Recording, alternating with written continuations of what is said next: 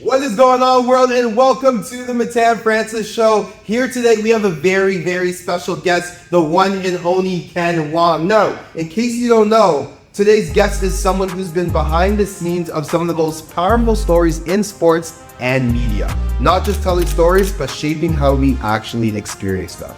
With over 2 decades in the industry, he worked at the highest levels with TSN, leading creative projects, building brand partnerships, and helping produce content that reached millions of people across the country. He's also a co-founder and executive producer of The Shift with Kayla Gray, a platform focused on telling deeper, more meaningful stories in sports, the kind that goes beyond the game. On top of that, he's the president and founder of Jackbox Creative, where he continues to work on major campaigns, including recent work with hockey players, pushing the boundaries of storytelling, creativity, and digital content. He's won multiple industry awards, but more importantly, he knows how to craft stories that actually connect and stick with people. So guys, please welcome the one and only Ken Wong. How are you feeling today, man? I'm good, man. Thank you very much. I don't know if I can live up to an introduction, man. Thank you very much for having me. I want to get right into it. So, when did your love for storytelling start? You know, it's a funny question, but I look back and I'm an OG that have been doing this for a really long time, and I think that thirst for storytelling has been with me all along, right? Like in different iterations, obviously, but always kind of like putting on little shows, trying to do little things, and just always love consuming content and putting it out. So storytelling in all the different forms has always been with me. That's incredible. So even from your childhood, you love storytelling. You've seen stories from a different ways. So can you dive a little bit deeper into that? Was there a certain point in your childhood, or a certain point in your adolescence where you realized, I love how stories convey? Yeah, I mean, it's funny to pinpoint, but I mean, just consuming, like watching shows and watching movies, sports, everything. And I didn't realize, you're getting this sense of how to put stories together, right? Like intuitively, you're not like, I'm not looking out directly for it, but reading books or figuring it out. And then you kind of see things. And it just kind of came together, like I guess in middle school, that you get to goof around with making some videos and trying to hack stuff together, and it was all for fun. It wasn't until university that I actually thought that I could make a career out of it. I'm really happy that it ended up working out, but certainly the whole journey has been where just kind of like consuming and fiddling, and just what was a hobby became a love, became a passion, and then became a job. Okay. So, yeah. It's absolutely incredible. So you mentioned from university. So was that the moment where you realized, okay, this isn't just something that I enjoy, I should build my life around it? Yeah, you know what? It's funny. The funny story is when I started university, my parents were not born in Canada, so a lot of immigrant parents, the idea of taking TV in school, you can watch TV here for free. What are you going to school for? And so when I went to the University of Windsor, I didn't declare a major right away, so I just kind of dabbled in an elective with film production, and I loved it. I absolutely loved everything about it, from the technical side to the planning.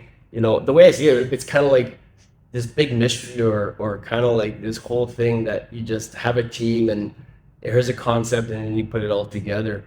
But after that first course, I was hooked, man. I was hooked, and I'm like, if there's any way that I could make a living on doing this, I'm gonna. And I mean, like I said, I'm OG, so this is before internet, whatever. So I had to go to a library, research if there were jobs available, and there was. And so there was a pathway. Obviously, creative media has changed over the years, but I saw that there's a pathway to make a living, and had some mentors and some people come in and talk about career paths for sure. That's absolutely incredible. Yeah. Now, speaking of mentors, who mentored or impacted or made the biggest impact on your life, especially in this storytelling realm? Who was the biggest impact for me?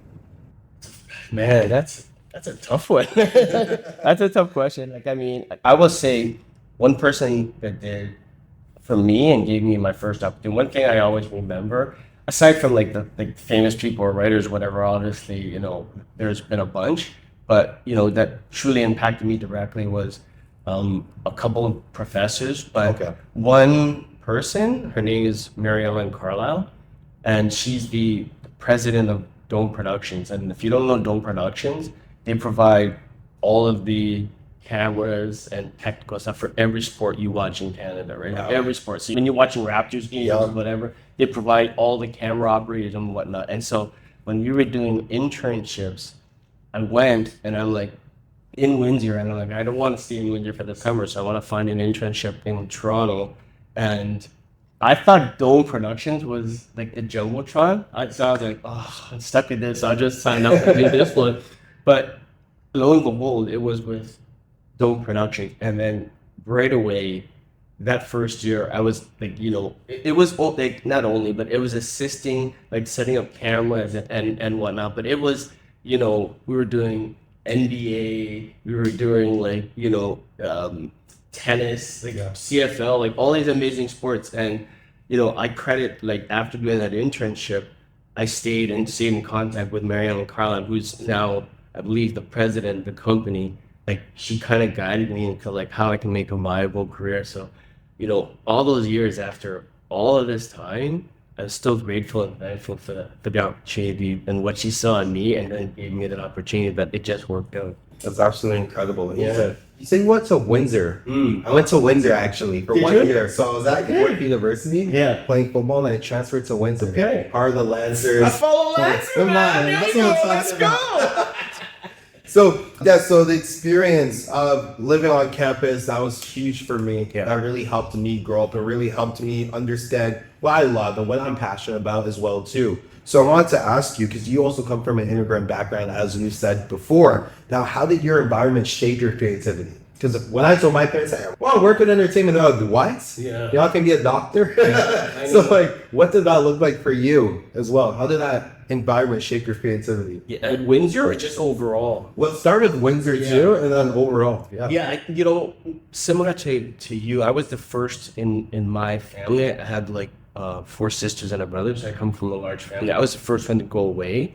And I made that decision because I felt like university a place where, you're on the cusp of becoming an adult, and if you go away, it's a safe place to get responsibilities, but you have that fallback that you're in the dorm, Yeah. they're gonna help you out, you're not gonna really struggle. Yeah. And so I did a lot of growing there for sure. And like a lot of students who go to university, I found myself, I think, in terms of like, different clubs, different people. And like I grew up in downtown Toronto, so I had like friends from all over, but Windsor is pretty diverse city, university as well. And so just kind of like being around different people, that's how I kind of like it shaped how I thought about not only the world, but creative, right? And that kind of like led me into how I see things in terms of like creative. Like when I take on a role or whatnot or creative, I always see it from not how I would just see it, but how all the other ones, right? So I'm always aware of like how's that impacting, always trying to be inclusive, right? Yeah. As for like my family, it was a tough one. It was like honestly, I'm not gonna lie, it was tough because they were not on board. Like, straight up, I could sugarcoat and say, oh yeah, no, they were like not on board because they're from mainland China, and they were like, okay, you're right. Doctor, Yeah. or an accountant, Doctor, engineer, accountant, or whatever. lawyer, Like, yeah. they were not having it. And, both my parents have passed on, but they never understood what I did still. They were like, oh, he does a camera. I'm like, I've never done camera in my life. But that's the only thing that they could equate it to. But that's why, for me, one of the things, especially like, certain communities, like, I think we'll get into it later, but just delving into helping that pipeline, because I think that this is an incredible opportunity for everyone in a career path, like creative or just production. But I think a lot of communities, it's not even an option, not because they don't have the means to do it, but it's not even a thought, right? And so I've been trying to kind of like open, internships, co-ops, or just kind of like education for a lot of opportunities, not only at the college and university level, but even earlier, like in grade school and stuff like that, to kind of like lay the foundations. And I mean, we always say this thing, but I feel like representation is important because if a kid sees with me and like, they see themselves in it, be like, okay, that is attainable because 20, 30 years ago, that was me. Like I was the same kid, immigrant kid, just coming up, trying to figure things out. And this has really been a blessing to be in this industry, giving me a lot of opportunities to learn from. Absolutely incredible. Yeah. Now, we know that you know your way, of course, around the set. You know your way around production. I want to see if you know your way around a whiteboard. I want to put your skills to the test a little bit here for the middle game. So let's get it going. Let's bring it in right now. All right, so then what's going to be happening right now is we're going to do a little bit of Pictionary. Now, you're going to spin the wheel. And whatever it lands on, we're going to have 15 seconds to draw it. And our production team, everybody, please put in the chat, put in the comments who had the best drawing. No, it's okay, don't even in the chat. Come on. All right, here we go. Ken, you're our guest here today. Take it away. There we go. Just tap it. Oh. There we go. There we go. All right, let's see it. Here we go. 15 seconds. And it landed on a house. Okay, here we go. Yeah, there we go. Let's see. Need some inspiration. Get out of here, man.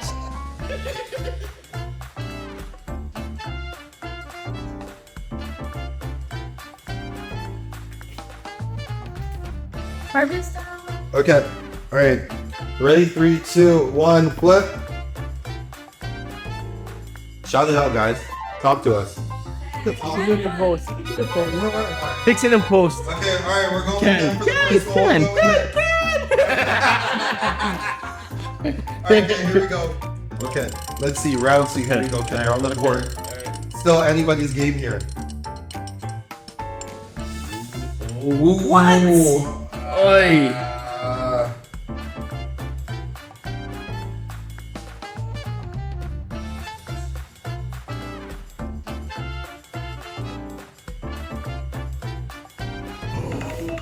Harvest time. 3, 2, 1. Don't boo me, man. Don't boo me. Something. Okay. Yeah? Where we going with? Talk to us. You guys talk to us. That's what I'm talking about. See, the Mona Lisa, I can put the sun in there. You know, I got a moon going on. Okay. There we go. That kind of look like me. Oh, man. Okay. 1, 1. All right, here we go. We're going to go first to 3. First to 3, okay? All right. All right, let's see it. Let's see it. First to 3 for this. This is the one. I feel like this is a tiebreaker. Mona Lisa again. Mona Lisa again. Let's spin it again. So Ken, hit it. this is the tiebreaker. This is the tiebreaker. All right, Ken, hit him. Let's see. Let's see. Come on. Never back down, never what? Never give up. Okay. All right, Penguin. Okay. What's that show? As a kid, it was like, no, yeah, it was. There was Happy Feet, but there was like Pinocchio. What was that show with that? It would be like, the Penguin. We go again. You need it out. All right, guys. I think I won. I'll be honest. I think I won. I don't know what that is. That's like something in your head. I was like, I don't even know. Oh, sleep paralysis. You're seeing some shadow in the corner. I told you, let's take the people more now. 3, 2, 1. Oh, that's good. See, at least, but I have to black. That's true. That's true. That's true. That looks more like Angry Birds. Angry Bird. This is Sad bird, man. We'll leave that up to you guys. We'll leave it up to you guys. Who won Pictionary here with Ken and Matthan? We'll leave it up to you. You're the champ here. All right, now let's talk about breaking into the industry. Was there a moment where you were like, okay, I belong here? What was that moment for you? I'll have to say when I first got my job at TSN, like when I first got hired, I felt like, you know what, like I'm a grown up now because before I got to TSN, I had a lot of jobs, but they were contract jobs and freelance. And that was like my first full-time real job. And I loved it. Like, I mean, man, honestly, it was the best. I loved every second and the opportunities that TSN afforded me because I was doing like two of my loves, right? Like sports and being able to go to these events and create stories and features. It was incredible. And in the beginning, like things have changed obviously, but they sent me to like Olympics, World, like you know what I mean? Like you're like a 20-something kid and you're like, man, I'm like they're paying me to go around the world, right? And when I first started out, this is dating me, but I traveled with the Raptors on their bus, on their team plane, right? The first year, because we were like, I was working with them as an associate producer for TSN, and they're like, yeah, just get on the plane, and it was like amazing. The closest I'll never be an athlete, but that was like the closest I ever was. Getting on that plane, I was like, nobody thought I was on the team. But it was great. Like, it was great. Like, that's what I really, it all started from there. Like, at that point, I was getting comfortable. It had been a couple of years, but then getting the first job there, and at a time where, it was just so much growth in the industry. We're doing some amazing things. It was so much fun. What's something that you learned in that environment that you felt like you couldn't learn anywhere else, especially getting into it so young? Yeah, I mean, I think a couple of things. Like, I think one thing is that it sounds so cliche, but one thing is that you create your own path. Right? I don't think that I was pretty persistent in trying to get a job there, right? And I just like, man, I'm gonna get this, and I kind of like willed it into existence. And so I think that for sure is one where you hear a lot of times that the success stories of how they landed or from there, but you don't hear about the failures. That's part of it, right? Like the failures is part of it, but I just kind of like, this is something I want and nothing's gonna stop me. And I think that was like a big part.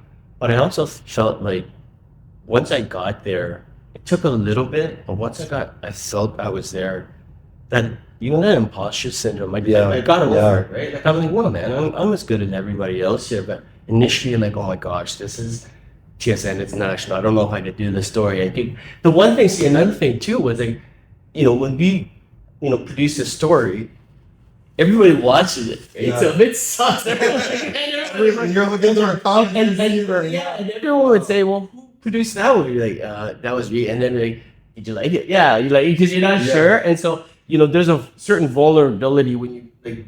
I can't imagine like actually doing like films. But you do a story, you put it together, and then you're kind of like it's out there, and then your name's attached to it. Yeah, but really quickly, I think that the one thing I did find is that I did belong, but I also felt that I was the only one that doubted myself, and that's not true. Everybody has the same thing. And then once you learn that, like, you know what? Everyone feels the same thing. Yeah. Everyone's scared. Everyone has imposter syndrome. Just, get through it. Wow. Well, you've been part of some major campaigns, some major product and projects. So I would say, what are something that people don't know or see behind the scenes that goes into these large developments? Yeah, I mean, I think the biggest thing would be like two things. Like I basically have had two major paths in my career. Like the first one being like live sports. So everyone watches a basketball game, hockey game, and whatnot, and you figure, okay, the game starts at 7 p.m. These guys probably roll in at 6:30. Like they roll in like 7 hours before the game, right? So it's like they park the truck, you set up the truck, everything, check it all out, you edit all day. And so you've been there for 7 hours before the game.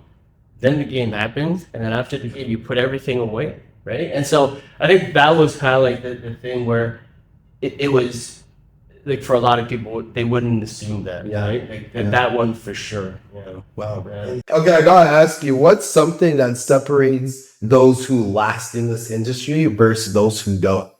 Yeah, it's funny. I mean, that's a great question. I think there's a few things. I think I touched upon them earlier. I think that there's something we said about persistence, and that's just wanting it. But I don't know if it just pertains to this particular field or if it's everything. But I honestly feel like the people that have sustained long careers in this field are, good attitudes. Like honestly, like a good attitude goes such a long way, and work ethic, man. If you go work hard and you have like a good attitude, I think he'll be able to manage. Right? Like I think of those things, but I don't know if it's just exclusive to the creator and media side. I think that that's kind of like part for the course for almost any industry. Oh, wow. All right, so let's talk about the shift a bit more. What was the hardest part of getting that off the ground? Yeah, like anything, bigger companies, many companies, right? Like they notional, they're aligned with it and get it, but it's money, right? I mean, like financing and getting funding for something that's 24/7 social and digital, getting the right rollout, get the right staffing and whatnot. So that was the biggest obstacle. We were lucky enough to get a partner. That's how it got started, right?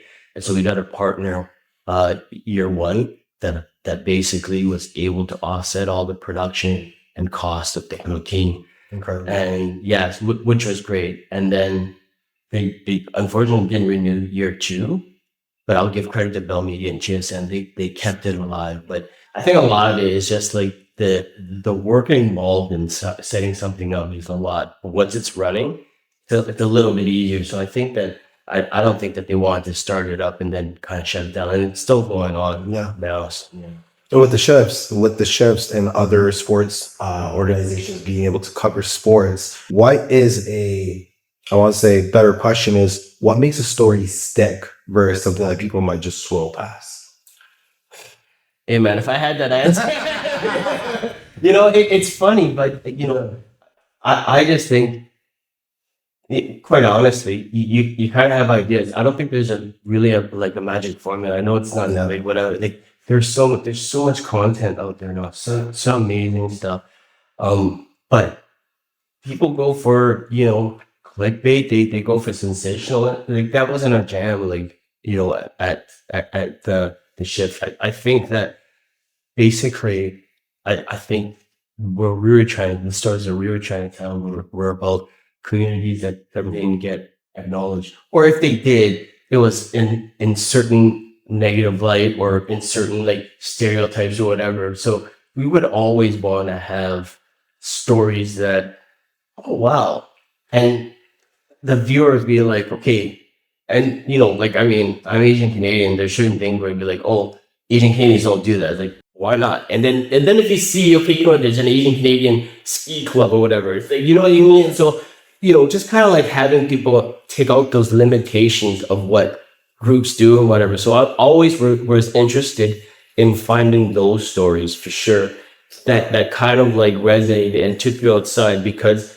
when you're in certain groups and you're marginalized, you don't see yourself represented in all facets. Mm-hmm. So I thought that, it's important to see, okay, this group's not just about that. They can do bird watching, or if they can go Google, you know what I mean? And so I just found that little thing where it's okay, and it kind of chips things down and it breaks down stereotypes and barriers. Yeah, that's incredible. Yeah. Now, speaking on the topic of storytelling, how has storytelling changed, progressed, over time?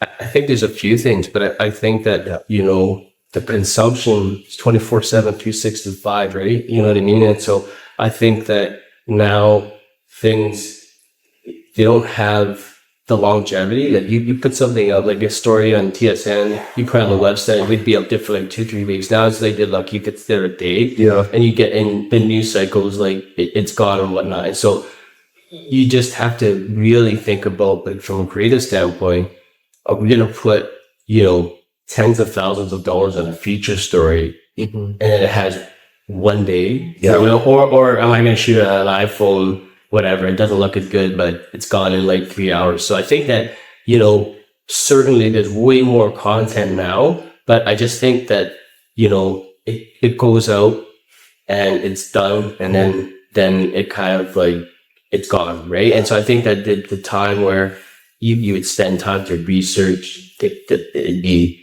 like almost like cinematic, how you shot it, planned it, you put money behind it and whatnot. I think that those have kind of gone a little bit, and it's unfortunate, I think. But also too, like, I think that there's a lot of like untruths coming too, right? Like, I mean, it's TSN, and I think most accredited media outlets, everything was vetted and truthful, right? They now I could put something up, like, I mean, you see all the stuff there is out there, and whatever. And so I think that's another thing too, that, more and more, I turn off the social channels because I'm like, I have no idea. Storyline, right? Yeah. The rising in misinformation, disinformation. It's really good. Gosh. I mean, I just have no time for it. And so with that, I think that those are the biggest things. Just how quick it turns around. That you got to be cheap and cheerful. Like, why would you spend tens of thousands of dollars if you know that that's going to be there for a day and then it's done? Exactly. Yeah. Yeah, I agree with you on that one. And as we're discussing stories a bit more, what is something for the young people that's watching, what is something that they can do today to better tell better stories? Yeah, you know what? The thing is, and I think if you give things thought, like I think that there's still an ability to not take a hot take, not to get things clicked. So you have to understand like what you want, right? Like if your goal is to make as much money as you can, get as many clicks, then you could put anything. But if you want to have like, good storytelling and produce good content, I think what you need to do is have a plan to research it and just to kind of like be fair and understand that, when you tell a story, you should be proud of it. And whatever that, like for me, it's a matter of being like, have integrity, do things right, and to tell a balanced story. And I think that what happens a lot of times is that you don't have to rush. I understand that things are going to be, there's a quick turnover, but maybe you do a little bit more pre-production and planning leading up to it. Yeah. Okay, Ken, we got to talk about it now. Yeah. Jackbox. Oh, man. Come on. I started off, what made you want to take that lead? A few things. Like, I mean, at the time, like I said, like I had an amazing career at TSN and Mel Media. The landscape of media has obviously changed, especially like linear television, TSN. Things are changing, right? And I saw it a while coming, and there's so many amazing projects and things we had done at TSN. It just felt like more and more there was fewer and far between, right? And so when I was given the opportunity, I like Fred Van Meet, I decided to bet on myself, and I'm like, Fred? I just thought, I think I can do this, right? Well, I knew I could do it because I had been doing it at TSN. Mm-hmm. The one thing was like, if I do this, well, I get clients. Anyone actually told me, right? That was my biggest fear. And then I gave myself a year to do it, and then if not, then I was going to take another full-time job. And so for that year, I just plugged away and just worked my butt off. How different is it working within your own vision versus working with a network like TSN? When you're able to create. It's night and day. Like, honestly, it's night and day. And I mean, the thing is, and this is no disrespect to Bell Media and Bell, but it's a massive corporation company, right? And there's so many different levels and layers to how things get done content wise, production budget, justification of things, whatever, so you can talk about, like, if you're in a big company, you're quick and nimble. You can call me tomorrow or today and like, hey, I got this job. Can we do it? Yeah. Okay, I don't like camera. We're out of way, whatever. Yeah. Right. You know what I mean? Like, at TSN, there would be, first of all, there's a lot of layers. But also too, if it's like a small company, like, get out of here. It's got to be a certain level, a certain threshold. It's got to be, okay, we have to have a kickoff meeting. What's the deck look like? Where is it going to roll out? So, that kind of stuff where essentially the creative's a creative. It's just to get to that is way different, two different roles. And then with Jackbox, like, I cut out all the not fun stuff and still doing the fun stuff, right? So it's just like, hey, you want to do creative? Like, I've always loved it. It was all the other stuff, like my own, like, office stuff or whatever. Yeah. And under Jackbox Creative, is there a project that stood out the most to you today? Yeah, I mean, to be honest, like, I'm so proud of it. We did a breakthrough content series with Canadian Tire for the Northern Super League. Wow. And that, to be honest, where I felt like so honored, like, obviously, last year was the inaugural year for women's Canadian pro soccer, the first ever. And, just having that where we've seen this rise in women's sports. I've been an advocate of women's sports for years and years, and they're having their moment now. It's incredible. You're seeing the WNBA now; they're actually getting paid. Like yesterday, I know, man. But I was like, I was watching the draft yesterday, and again, like I saw funds, Congress, like $2 million. Yeah, that's amazing, right? And so that to me, honestly, like was so important. Just having kids myself, like. Not just girl, like my daughter, but my boys, like they'll watch the W, not because it's like Caitlin, and they don't see it like, oh, we're watching women. No, we're watching whooping. We're watching whoops, and that is where you want to get, right? When it's just like they're interchangeable and they're watching tense, and it happens to be females. It's not like, well, I'm watching PWHL or whatever. So I think more and more, hopefully this next generation. It's just going to be normalized where, there's a time that there wasn't professional women's sports. I'm really proud of what our team came up with, like collectively from the league, Canadian Tire, and then our team, everyone was like laser focused on this is important stuff and had a passion. And there's something about when you get behind it, you have a passion and then everyone's working together. It was pretty incredible. So, yeah. When you're building something from scratch, what guides your creative decisions? Yeah, I mean, a lot of it, essentially, you kind of have to find what the purpose of it, right? And a lot of what we do, it is rooted in brand, right? And so a lot of it is like, okay, so what are the brand's objectives overall? And then kind of like, sometimes they'll come up with like a pretty baked-in idea, or some of it's nothing, right? So you basically, it's like you're almost like a detective, right? You just kind of get a little bit of information, and then you kind of just build it out. So you just continually ask them who, what, where, why, and then you kind of like go from there. Wow. Who, what, where, or why?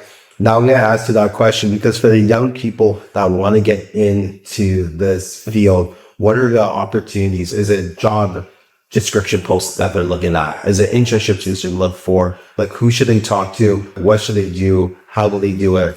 Yeah, the job descriptions, that's great, but I think the earlier you start, the better. And I think that, one thing is just, if it's something that you're interested in, talk to your guidance counselor, talk to your teachers. For me, like I said, like my parents were immigrants, and it would, like for a career advice, and my kids have just gone to university, and the application process is so complicated. I don't know how, doing whatever. So, I think that you use the resources of guidance counselors or teachers or whatever you can.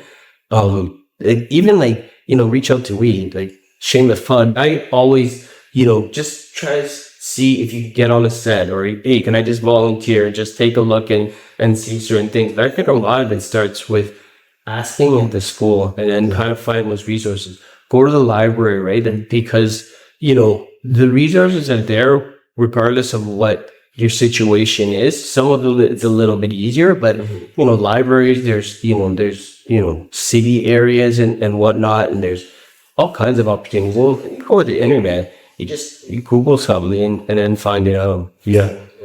So I gotta ask you this question. So as you know, my name is Matthan Franics, and or Positively Lives Here. I want to ask you, what does positivity means to you? What does that mean to you? For me, it means a better way, to be honest. There's so much, division now and negativity and pull down. And I just imagine, it sounds so hokey, but imagine if everyone was positively, you know what I mean? If you have an interaction with somebody and it's nice, it makes you feel good. And then maybe your next interaction or whatever, it's just, it's a ripple effect. It's an infection, right? And so I just overall, there's so much where positivity is something where they're understanding someone might be having a bad day or whatever, like understanding all those things, but it really is kind of like seeing things holistically and then kind of just like being where, you know, it's trying to improve things, you know? I mean, if everyone just did that a little bit, like, I mean, I think we all have bad days and whatnot. Yeah. It just feels like with so much, it's almost acceptable that, like, act a fool on a friggin' plane or whatnot. You know what I mean? Whatever. Like, all these things because you're gonna get whatever. And it's just like, I don't know, maybe we can just kind of like all chill and just respect one another a little bit more. Now, you've been in this industry for a while, but you're just getting started. I want to ask you, what motivates you at this stage in your career? A lot of things. Like, I mean, you know, like just building something on your own, there's something about that. Like, as much as I loved my time at TSN, and it was never mine. And like, I mean, you know, like, yeah, this the PLH and whatnot. You know what I mean? Like, there's something about that, you know, it's your blood, sweat, and tears. And there's something about like building it and continuing it, and it's fun. And this whole journey, I'm so thankful. But, you know, you're being like an independent production place and creative houses, like nothing's guaranteed, you know, taste the taste or whatever. So just working with people that understand, it's been incredible to kind of like figure that out. Yeah. But for me, it's really fun to kind of like build your brand and understand it and do it the way you want, right? Like, when I started out, I was like, how am I going to do this? There's so many different creative agencies. I'm not like a salesperson. I don't know if I'm going to call someone me or, you know, so, you know, when I started with that, my wife said, you know, just try to be yourself, right? And just try to be what's important. And honestly, one of the things where that I think helped was when people call me or clients call me, I just tell them straight up. You know what I mean? Okay, this is what we're gonna do. Yeah. This is how long it's gonna take. This is what it's gonna cost, and things are gonna go sideways, but we're working through it together. And it's incredible where, like, over the years, I always wondered why people were like so, like, not helpful, right? Yeah. Really, and so like I found like that's really helpful for me, and that's kind of like how I should think with Jackbox is just to kind of be, listen, man. Be able to be there and work with your clients, because customer service. Jackbox Creative is on the rise. It's continuing to rise. What's your short-term goals or long-term goals that you have for the company? It's funny, you know, like one of the things for me that's huge is there's so much, I mean, positivity or things. It could be like a win-win situation where one of the things is that we're starting to take on a lot of younger people that may not have opportunities, right? And it's just amazing, right? Whether it's, you know, the BIPOC community, LGBTQ, the young women or whatever. And sometimes it's harder, you know, to find yourself. Mm-hmm. And I find like if you have like a positive environment and it's encouraging, it just, you see it and it's so much fun. And so as I get into this second part of my career, I guess, one of the things that's really important is to kind of like pay it forward for an industry that I've felt really lucky to have a career on, to see the next generation to do that, because in every single person I feel a little bit of myself in them. And I had like good bosses and I had bad bosses, but I never thought like yelling and screaming and just get it done kind of mentality. And so, you know, the mentorship and just helping, hey, you know what, that was a mistake, it's not the end of the world, but you know, this is what you can do next time to improve. And it's unbelievable, right? I gotta ask you one final question here. Now, this is one of the deepest questions I have, and I'm still trying to figure out the answer to. What does success look like to you? It's funny, man. You know, you ask the different stages of my life, different answers, but I think like, you know, at this stage, I think success is, like, what did it look like for you when you're growing up? What did it look like for you in your rise into this industry? And what does it look for you now? Yeah, I mean, success was like Getting candy. getting Yeah, free, yeah, man. yeah. You know, like I mean, Come on. that's what it was. And then Candy up. yeah, and then you know, probably in the mid was just building your career and trying to get more responsibility, better title, and all that. And then I guess now success for me, I just want to be able to do this for as long as I can, and to help as many people. That's success for me. Wow. Now, as you know, storytelling, it's not just about content. It shapes the way we see the world. So, Ken, thank you so much for creating an incredible platform for us to see the world in such a positive light. Now, we got this camera, this camera, this camera. I want you to tell the people what you got going on, how they can follow you, how they can continue to see all the incredible work you do. Oh my God. Break it down. You got 30 seconds, Ken. Talk to the people. No, honestly, I just thankful to be here. Hopefully, I didn't mess up too much. I had a great time. Yeah, I mean, I don't do a lot of socials. I'm on LinkedIn, but I don't know what to say. Like, I'm very thankful for this opportunity, and meeting you and having this wonderful opportunity has been great. Oh, absolutely incredible. Thank you. You did phenomenal. You did phenomenal. Yeah, whatever, man. Once again, thank you everyone for joining us here today for this episode of the Matthan Franics Show. Now, be sure to subscribe, comment Ken, let us know who won that Pictionary. Actually, don't comment Ken, comment me. I won that one. Now, we're so excited to see all the amazing things that are going to happen with Ken. We're excited to see all the amazing work that's going to happen, continue to happen with Jackbox Creative. Now, be sure to subscribe and see you in the next episode.